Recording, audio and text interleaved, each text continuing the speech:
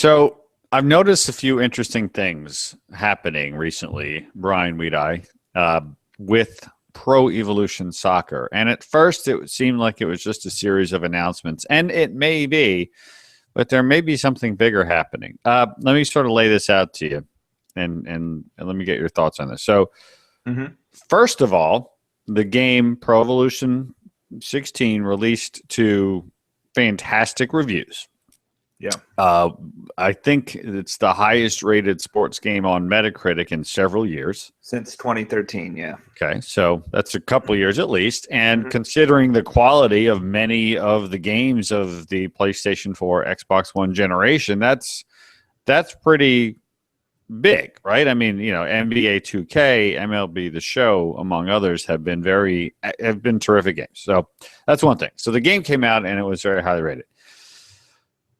More recently, there has been a significant lack of updates to the rosters, which has caused a lot of consternation in the circles of its most devoted supporters, and has even made its way in a couple of articles in mainstream gaming sites. Again, the kind of thing that you typically don't see outside the world of Pasta Padre or Operation Sports forums.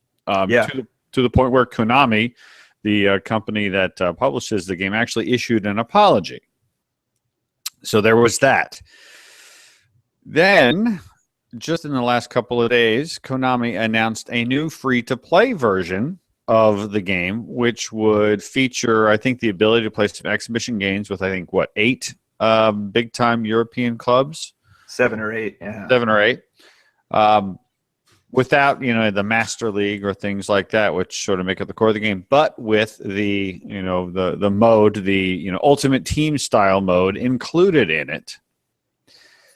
In addition, not that long ago, they announced that the UEFA, the Euro 2016 rights that they had acquired would be whatever mode that they will have will be included in Pro Evo 2016 as a free update.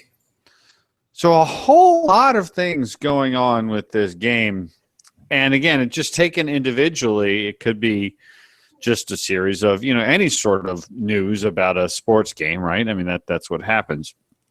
But then you also take into account the fact that Konami, the publisher of the game, a very long, standing Japanese video game publishing company, has dramatically shifted the way that it publishes and distributes games, getting far away from most cases of the traditional games and really going into much more monetized games in casino space and in the mobile space. Putting all of this together, Bryan Weedeye, is it possible that the Pro Evolution franchise will become the first true sports game as a service, which will be somewhat free to play and potentially driven much more on players making DLC purchases in a way that so many other games are so wildly popular, like League of Legends and Dota 2 and countless others that are free to play, but the games are so good that people love to play them and they spend money on different things. Are all of these sort of leading up to that, or am I taking sort of one step too far, do you think? Well, I think we're inching our way there. And if it was to be one or a certain segment of sports games that would do it, it would be the Pro Evolution or the NBA Live types that are maybe struggling to sell, as far as Live, struggling to sell everywhere. So as far as Pro Evolution struggling to sell in North America and other regions where maybe digital content sells at a higher rate. And so they want to get the game into people's hands and they want to generate that revenue. And they also have competitors. NBA Live has NBA 2K, Pro Evolution has FIFA, and you're not going to win that battle head-to-head against them right now. So how do you get attention on your game? How do you get your game into people's hands? You put it in their hands for free. And then you rely on those high reviews as far as Pro Evolution goes to keep them there and to encourage them to either go out and buy the full game because they enjoy it because it's a good game, or spend money in the Ultimate Team type mode that they have in there. So there's multiple angles they can play here. But it didn't surprise me because we're heading that direction. And like I said, we're kind of inching our way there. We've talked for a few years about the potential of subscription plans. And I've brought up the concept of a free-to-play type game, sports game on consoles being an eventuality. And we're getting there. EA Access does both of those things, essentially. EA Access has the subscription element, and it has the, well, let's get people in playing these games that they normally wouldn't have bought and spending money in the Ultimate Team. So these publishers are looking at different ways because other than NBA 2K and FIFA, none of these sports games are really growing as far as sales go. Now, they're growing in digital revenue, yes, but that's because they have to account for the lower sales.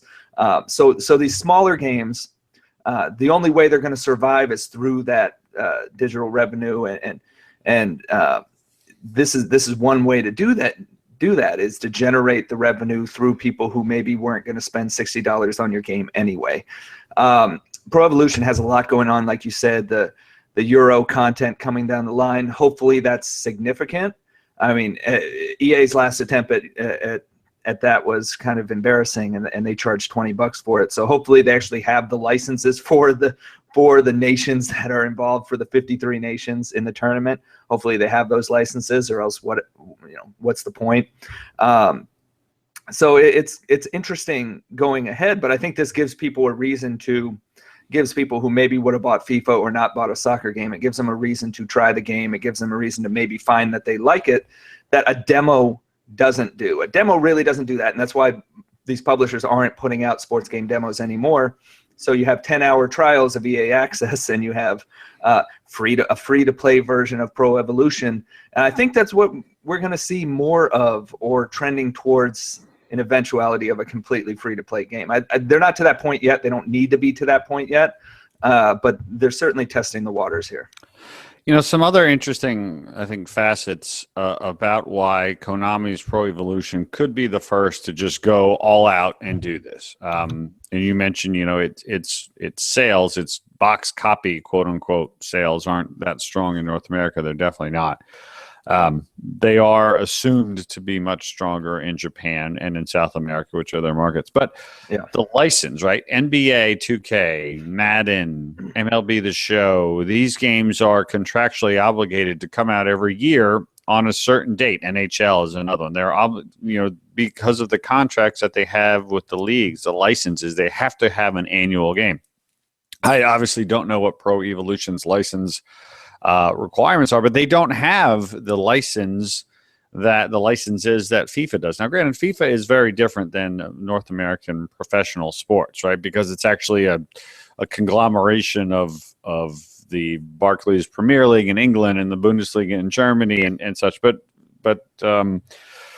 Pro Evolution doesn't have the annual license obligations, I don't think, that the other, most of the other big time sports games do. So again, there's another sort of wrinkle that they're like, okay, well, if we don't have to come out every single year, maybe we just, really invest significantly in our gameplay, right? So if the core gameplay is so good, and it is recognized by many people as being so good, if you then give people free Euro 2016, maybe more people will buy the game that way. And then if you give them a free-to-play version that they actually would play and enjoy, then maybe when they have that game and the Euro comes out, they spend $5 for the Euro thing, or $10 or something like that. And then maybe they just decide in 2016 in the fall or 2017, you know what?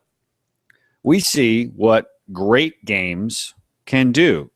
League of Legends is a great game. Dota 2 is a great game. Hearthstone is a great game. Again, I don't really play these games, but they are beloved by millions of people around the world, and they're free to play. And if you give people a great game, they are willing to spend money. It's a very different model, but it is the blueprint is out there. And even in the sports world, and I use air quotes, right? Rocket League is another fantastic example of that. It was, you can buy it, but it originally came out on PlayStation Plus for free. And you, Brian, we are example number one of you give somebody a great game and you'll happily pay money and buy, DLC and things like that. So, again, maybe that free-to-play blueprint is going to be what Konami does here with Pro Evolution moving forward. Yeah, I think the other sport where it would be really a natural transition there would be golf. Again, you don't have to release at a certain time of the year. The other thing this would allow Pro Evolution to do is fix its release date. We've gone over many times how log jammed everything is with all these sports games. Soccer can move back a month or two. They can do it. Their rosters are out of they're outdated anyway right now, and we're almost in December, and they still haven't fixed their rosters. Put the game out earlier. Beat FIFA by a month or two instead of a week. That's another way to do it. And like you said, Rocket League, I was going to use that example actually because I got it for free. PlayStation Plus got it for free when it released. I think it was in July. And every time DLC rolls around, I say, I don't even care what's in it. I'm just going to give them the $3 because I feel like they gave me a game that I've spent a lot of time with enjoying, and I want to support that because I want to support the ideas, this untraditional sports game that it's somewhat of a sports game, right? It's got sports concepts in it, but I want to support that because I want to see more of that, and I want to support it with my money, and I feel like doing it that way through DLC actually nowadays supports it more than buying it, than buying a game, because the people who are paying into Ultimate Team are the ones who seem to be investing in the future of these sports gaming series. So there's a lot to go off of there, but I think there's interesting things they could do with it, and they're going, like you said, they're doing the mobile thing primarily, Konami, and those concepts that make them money there wouldn't be surprising to see that happen again on consoles because they can do it. They don't need an annual release of mobile games, these games without licenses and stuff. Now they do have to release at a certain time of the year potentially, but they have to do they have to hook people in some way, and they can do that through different avenues, and they can use their the mobile concepts that make them money on consoles. They can do it. And that's, I think, what we'll start seeing here with this free-to-play version. I mean, just the more that I think about it, the more that it potentially makes sense. Again, the way that Konami is doing business, this is much more their model. If you've got a great game, why do you have to mess with it that much, right? Why don't you think about, okay, well, our core game is good. Obviously, things can be improved, right? You can make tweaks and adjustments, but you don't have to overhaul it. And if you just make those modifications, slight improvements here or there, and then you can take some of those resources that were doing the core game development and allocate them to other things, such as keeping rosters more up to date, or certainly doing other kinds of things related to, I think it's called My Team. Is that the mode? My Club. My Club, right. Yeah, My Team is 2K, right. My Club. Right. Who knows anymore what they're naming these things. They're all also similar because they're conceptually similar as well. Right. So you can continue to make that more appealing. The reason I think golf would struggle here is because obviously, I mean, FIFA proved it. The Ultimate Team with FIFA, which My Club is a pretty much a clone of, and I don't say that in a derogatory way. You can really do that in golf. I don't quite know what sort of Ultimate Team model would work. Potentially legendary players or different versions of players, or like Tiger Woods as a young kid versus him at his height and things like that. But sure. I think it's much more. It's proven, right? It's a proven model that you can do. Now, of course, you do have the golf club though, which kind of took that model on. Not so much in the digital revenue, but in the always updating it, always adding right. content, and also letting people add their own content. Right. There's different ways you can go about it. You can sell more courses. I mean, right. McElroy needs more courses desperately. They've only added 2 since release. I think it's like 11 now real courses in there.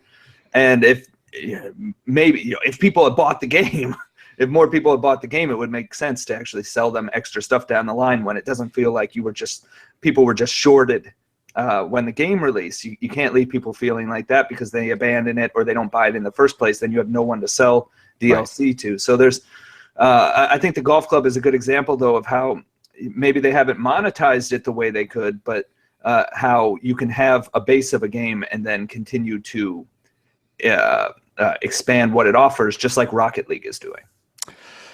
And I'm not even suggesting that I think any and all other games should go in that way, right? Like if Madden is profitable, if NBA 2K is profitable, and all signs indicate that it is, if MLB The Show is profitable, if NHL is profitable, I'm totally fine. Like, I'm not suggesting that this is where everybody goes. I think you have room for multiple business models. I think what's interesting is, again, with Konami, the way that they do things, if the game doesn't sell in the United States, but they have a core experience that they know people will like, if you give them the opportunity to play it for free and then spend $5, $10, or $15 in different ways playing the game, that could be a way that they could continue to make the game profitable, continue to have it exist without having a fully priced game every year. Well, I think that's the key here too, is again, bringing back up competition. Is these days there isn't much of a market for 2 games or 3 games like there used to be in the past. When there's more than one game, like in soccer or basketball, the underdog, or just the second title, I guess, has to differentiate from the big dog, right? EA can't just copy what NBA 2K is doing and think that people are going to buy that. You need to offer something different. Same with Pro Evolution. I mean, it's got fantastic gameplay. It's missing some of the licenses, so it's weakened in that sense. But they can do something different, like this free-to-play thing, where it gives other people an opportunity to say, hey, I'm going to at least try that game. Mm-hmm. They're not going to get it just by copying FIFA. So doing something different like this, I think, can bring more consumers into them with an open mind, especially, again, like you said, in markets where it does not have much traction. I mean, it doesn't get the exposure, and that's one of the biggest problems with updating games every other year. For a long time, people thought we should just release sports games every other year. It doesn't really work like that, because the publishers, they need the marketing push that leads up to a release date. They need the exposure. They need the commercial commercial buys. They need the only way this stuff spreads exposure-wise and awareness grows is through that focus on a release date. And that's why they build towards release dates so much, and that you don't see a kind of soft second release later on.